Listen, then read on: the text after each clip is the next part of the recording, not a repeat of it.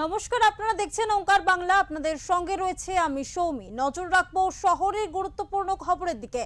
যে খবরের দিকে আসবো, কলকাতা পর্যন্ত হামলা চালানোর হুঁশিয়ারি দিয়েছে পাকিস্তান। পাক প্রতিরক্ষা মন্ত্রী খাজা আসিফের সেই কথা টেনে প্রধানমন্ত্রী নরেন্দ্র মোদীকে নিশানা করলেন তৃণমূল নেত্রী মমতা বন্দ্যোপাধ্যায়।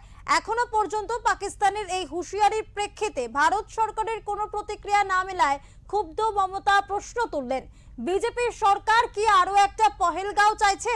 রবিবার দলীয় নির্বাচনী প্রচারে প্রধানমন্ত্রী রাজ্যে এসেছিলেন, অথচ এই বিষয়ে প্রধানমন্ত্রী কেন নীরব তা নিয়ে কটাক্ষ করেন তৃণমূল নেত্রী। তার সাফ কথা, কলকাতাকে আক্রমণের কথা কিছুতেই মানা হবে না। কি কারণে পাক প্রতিরক্ষা মন্ত্রী এই ধরনের মন্তব্য করেছেন তার তদন্তের দাবি করেছেন মমতা বন্দ্যোপাধ্যায়। ভোটের রাজনীতিতে অনুপ্রবেশকারী বাংলাদেশি রোহিঙ্গা ইস্যুর পাল্টা হিসেবে মমতা এদিন নদিয়ার নির্বাচনী সভায় টেনে আনলেন পাকিস্তানকে।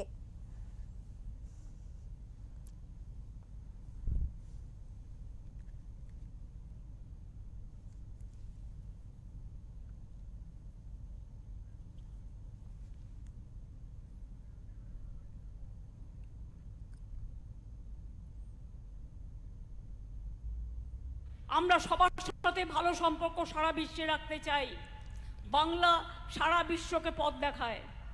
কিন্তু পাকিস্তানের ডিফেন্স মিনিস্টার যখন বলে কলকাতাকে টার্গেট করব, কলকাতাকে অ্যাটাক করব, সেই কথাটা নরেন্দ্র মোদী কেন বাংলা এসে কালকে বললেন না যে উইল টেক স্ট্রং অ্যাকশন?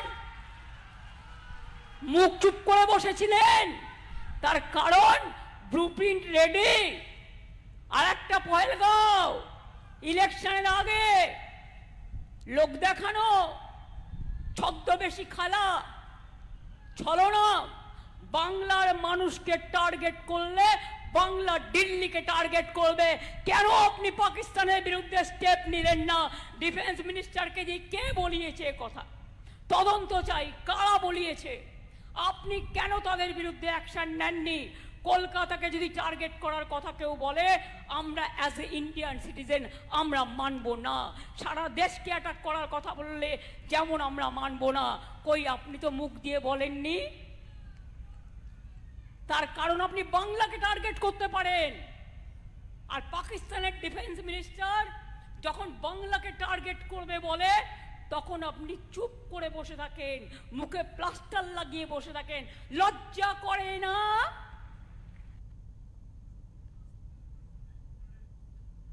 ঠিক কি কারণে কলকাতা পাকিস্তানের টার্গেট হয়ে উঠল, আসবো আলোচনায়। আজকের আলোচনায় আমাদের সঙ্গে রয়েছেন বিশিষ্ট আন্তর্জাতিক সম্পর্ক বিশেষজ্ঞ রাজা গোপাল ধর চক্রবর্তী। স্যার, প্রথমে আপনাকে ওঙ্কার বাংলায় স্বাগত, এবং আপনার কাছ থেকে যে বিষয়টি জানতে চাইবো, প্রথমত ঠিক কি কারণে কলকাতা পাকিস্তানের টার্গেট হয়ে উঠলো, এই বিষয়টি যদি বুঝিয়ে বলেন আমাদের। দেখুন, যে ভারতবর্ষের যিনি প্রতিরক্ষা মন্ত্রী রাজনাথ সিং, তিনি কোন একটা স্টেটমেন্টে বলেছিলেন পাকিস্তান যদি ইন্ডিয়ার উপরে কোন আক্রমণ করতে চায় তাহলে তার জবাব দেওয়া হবে। এগুলো রুটিন স্টেটমেন্ট রাজনৈতিক ভাবে করে থাকেন, বা এরা প্রতিরক্ষা মন্ত্রী হিসেবেও করে থাকেন, পাকিস্তানেরকে একটা বার্তা দেওয়ার ব্যাপার থাকে। এই নিয়ে অন্যদের মাথা ঘামানোর দরকার লাগে না। কিন্তু দেখা গেল যে খাজা আব্বাস, যিনি খাজা আসিফ তার নাম, তিনি প্রতিরক্ষা মন্ত্রী পাকিস্তানে। তিনি ব্যাপারটাকে খুব উনি যেটা বলতে চাইলেন, এবারে আমরা কিন্তু আক্রমণ করবো কলকাতাতেও, মানে আমরা আক্রমণ বুঝিয়ে দেবো। কলকাতা ইলেকশন আসছে, সবাই জানি। এখন কলকাতা একটা ভারতবর্ষের বিরোধী রাজনীতির পীঠস্থান হয়ে আছে। কিছু ঘটলেই সেখানে উত্তেজনা এসে যায়। তাই যদি বলি কলকাতাকে আমি আক্রমণ করব, তাহলে ভারতবর্ষের মধ্যে একটা আলোড়ন তৈরি হবে। এটা খাজা সাহেব, খাজা আসিফ ভালো করেই বোঝেন। তাই ভারতের ভেতরে কি করে একটা উত্তেজনা সৃষ্টি করা যায়, বিশেষ করে নির্বাচনের সময়, সেটা উনি করলেন। এখন দেখুন, পাকিস্তানের মানে বর্ডার থেকে কলকাতার দূরত্ব ১,৫০০ থেকে প্রায় 2000 কিলোমিটার। আরো যদি অন্য ভেতর থেকে ওরা কোনো মিসাইল ছুটতে থাকে আরো আরো ডিস্টেন্সটা বেড়ে যাবে। হুম তো ওদের আছে, ওদের শাহিন মিসাইল, যে মিসাইল নেই নয়, শাহিন যে মিসাইল আছে সেটা কলকাতায় পৌঁছতে পারে। কিন্তু এতটা পথ, বুঝেছেন, এতটা পথ, সেখানে তো অনেকগুলো লেয়ার আছে, আমাদের আটকে যাওয়ার সম্ভাবনাই বেশি না।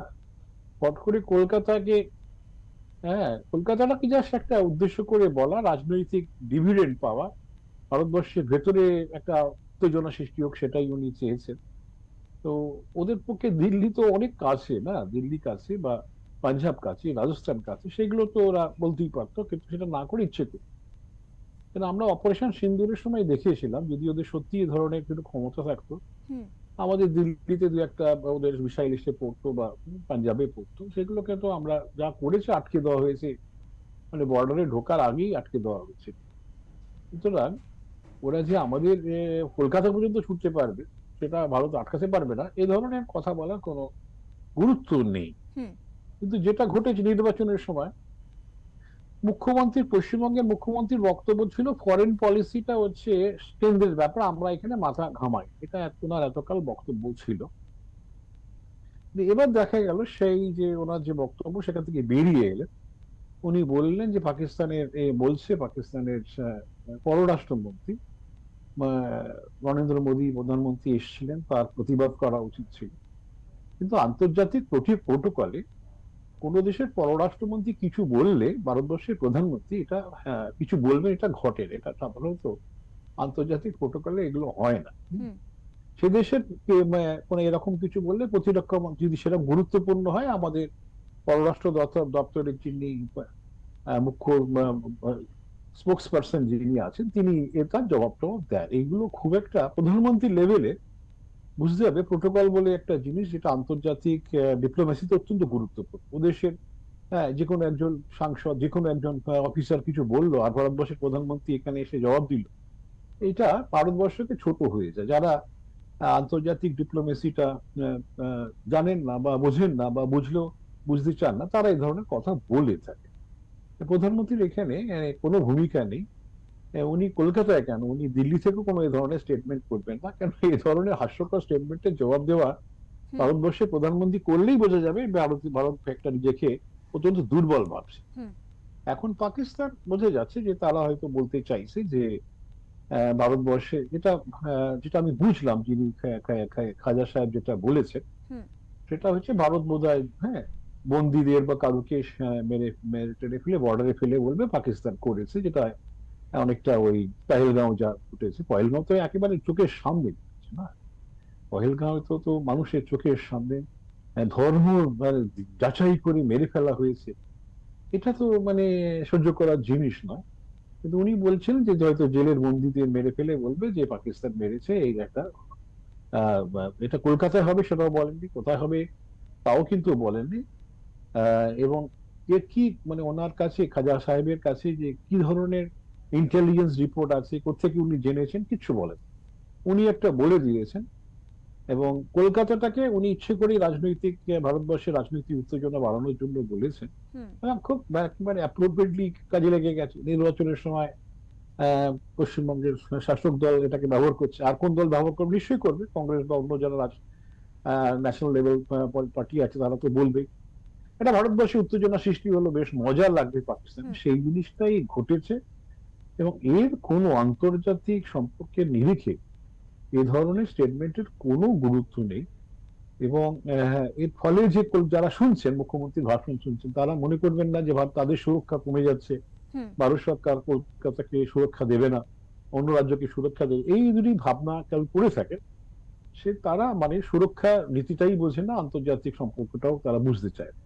সুতরাং যাই হোক না কেন, হুম এটা রাজনীতির খেলা, রাজনীতি যারা করে তারা এই ধরনের স্টেটমেন্টকে ব্যবহার, অনেক আন্তর্জাতিক সম্পর্কে ব্যাপারগুলোকে সবাই নীরবেই থাকেন, কিন্তু দেখা যাচ্ছে আর ভোট এতই বালাই যে অনেক কিছু জিনিসকে মানে মানে ভুলে থাকা যাচ্ছে, মনে হচ্ছে হুম এগুলোই ব্যবহার করে ফেলি, হুম মানে এটাই বোধহয় ইস্যু করতে পারলে কিছু ভোট আসবে, এরকম একটা ভাবনা অনেকেই করছে, তার ফলেই সেটা ব্যবহৃত হয়েছে। আমার মনে হয় না যে এর খুব একটা প্রতিক্রিয়া ভারত সরকারের তরফ থেকে আসবে, এবং বা আসা উচিত। হুম না, উনি যদি বলছেন, খাজা সাহেব যদি বলছেন যে এই এই জিনিস ঘটেছে, এই রয়েছে, ভারত এইখানে মারার চেষ্টা করছে, এই এই মানে ইন্টেলিজেন্স রিপোর্ট আছে, এগুলো কিচ্ছু বল। সুতরাং স্বাভাবিকভাবেই একটা গুরুত্বহীন স্টেটমেন্ট, এরকম রেগুলার। হুম আপনি যদি এই স্টেটমেন্টটা কলকাতার নাম আছে বলে আমাদের এখানে উত্তেজনা তৈরি হয়েছে, এরকম পাকিস্তানের বেশ কিছু মন্ত্রী বা সাংসদ দেখবেন এই আর্মির খুব কাছে আসার জন্য, পাকিস্তানটা তো চালায় সে দেশের সামরিক প্রশাসন হুম বাহিনী, এবং এই সমস্ত সিভিল যারা লিডার আছেন, বেসামরিক যারা নেতা আছে, তারা এই ধরনের খবর যদি দিয়ে দেয়, আর্মি খুব উৎফুল্ল হয় যে এই দাও, হ্যাঁ, তাদের গুরুত্ব বাড়ছে, আর্মির হুম গুরুত্ব বাড়ছে, আর্মি মনে করে। এবং সেই সমস্ত নেতাগুলোকেও একটু খাতির টাতির করে, বেশি যত্ন করে কিছু, হ্যাঁ। সুতরাং সেইভাবে সেই চিন্তা ভাবনা থেকেই খাজা শাহ আব্বাস বলে যে ব্যক্তি, তিনি এ কথা বলেছেন। হয়তো আরো কেউ কেউ আগামী দিনেও বলতে পারে, যদি কিছু কাজে লেগেছে তো হয়তো হুম আরো কেউ কেউ বলতে পারে। এবং এটাকে লোকাল লেভেল ইলেকশনে কাজে লাগানোটা একটা মূর্খমিতার পরিচয়। এবং এটা কিন্তু অনেকেই ভাবতে পারে যে পররাষ্ট্র নীতি, যেটা মানে হুম ভারতবর্ষের সুরক্ষা, পররাষ্ট্র নীতি শুধু নয়, সুরক্ষার ব্যাপারটা যদি এইভাবে সাধারণ মানুষের কাছে ভুল বার্তা যায় যে তারা সুরক্ষিত নয় বা কিছু, তাহলে হুম দেশের একটা বিপদ থেকে যায়। এই ধরনের ইস্যুস সাধারণত model hmm code of conduct অনুযায়ী এই ধরনের ইস্যুস নির্বাচনীতে কারোরই, কোনো দলেরই ব্যবহার করা উচিত না। যাই হোক, এখন অনেকে স্যার মনে আপনার কাছ করছে থেকে যেগুলো আরো একটি বিষয় জানতে চাইবো যে আহ, তাহলে কি বলবেন, মানে বিজেপির এই অনুপ্রবেশকারীর ইস্যুরই কি পাল্টা হিসেবে পাকিস্তান তত্ত্ব তুলে ধরতে চাইছে তৃণমূল, কি বলবেন এই বিষয়ে? এখন ওরা যেটা বলতে চাইছে যে অনুপ্রবেশকারী কনসেপ্টটা তো ওরা নিয়ে আসে, ওরা বলছে যে একটা ওই কিছু লোককে মেরে ফেলা হবে, যেটা ওরা হুম বলতে চাইছে, যেটাতে দায়ী করা হবে যে পাকিস্তান এটা করিয়েছে। হুম অর্থাৎ আগে যে সমস্ত ঘটনাগুলো ওরা বলতে চাইছে, পহেলগাঁওটা বুঝি মিথ্যে কথা, হুম এবং হুম তার আগেও যে সমস্ত ঘটনাগুলো ঘটিয়েছিল, আর্মি আমাদের সিআরপিএফ জওয়ানকে যাকে আমরা দেখেছিলাম যে তাদেরকে মেরে ফেলা হয়েছিল, এই হুম সবগুলোই ওরা বলতে চাইছে যে ভারত সরকারের ক্রিয়েশন, এবং একটা ছলনা শুরু করা, একটা প্রিটেক্স খুঁজে পাওয়া হুম পাকিস্তানকে হুম আক্রমণ। এবং এইটাই হচ্ছে ওদের বক্তব্য। এরকম একটা ছলনা আবার ভারত করছে, এবারে জবাব যদি ভারত শুরু করে, ওই ছলনায় যদি আক্রমণ করার চেষ্টা করে কলকাতাকেও বা জুড়ে, হুম যেটা তো বুঝতেই পারছেন। তো এই জায়গায় দাঁড়িয়ে যে বিজেপি যে ইস্যুস, যে ইনফিল্ট্রেশন ইস্যু, সেইটা তো ইনফিল্ট্রেশনটা বিজেপি এই মুহূর্তে বলার চেষ্টা করছে, বিজেপি লোকাল নেতৃত্ব বাংলাদেশের মধ্য দিয়ে করছে। হুম এবং সেখানে পাকিস্তানের তো বক্তব্য থাকার কথা না, বাংলাদেশ একটি স্বাধীন দেশ, সেখানে তাদের বর্ডারের মধ্যে দিয়ে কি হচ্ছে সেই ব্যাপার নিয়ে, যদিও এটা সত্যি কথা, আইএসআই এখানে অত্যন্ত অ্যাক্টিভ। বাংলাদেশের সমস্ত বর্ডার এলাকায় আমরা দেখেছি যে হুম জামাত অত্যন্ত অ্যাক্টিভ, এবং বেশ কিছু সীমান্তের যে ভোট হয়ে গেল সেখানে জামাত জিতেছে। হুম তাদের সংগঠন খুব মজবুত, এবং তারা যেহেতু বর্ডার এলাকা, বাংলাদেশের বর্ডার এলাকায় দেখা গেছে যে উন্নয়ন সেভাবে এগোয়নি, তার ফলে মানুষের যে দুঃখ যন্ত্রণা আছে জামাত কাজে লাগিয়েছে, এবং বর্ডার এলাকায়, বাংলাদেশের বর্ডার এলাকায় তারা যথেষ্ট প্রভাব রেখেছে, এবং হুম গরম গরম বক্তৃতা তারা খুব দেয়। এবং সেই বক্তৃতার যেহেতু ধর্মকেন্দ্রিক, সেটা ভারতবর্ষে ছড়িয়ে পড়ার সম্ভাবনা রয়ে গেছে, এইটা হুম কিন্তু রয়েছে। কিন্তু ওরা এই জিনিসটাকে, যেহেতু পাকিস্তান থেকে ইনফিল্ট্রেশন হচ্ছে, পাকিস্তান থেকে উগ্রবাদী আসছিল, ভারত সরকার এখন বলেছে সেটা আমরা নিয়ন্ত্রণ করেছি, হুম পাকিস্তান থেকে সেভাবে উগ্রবাদী ঢুকতে পারছে না, ঢুকলেও খুব কম ধরনের ঢুকছে।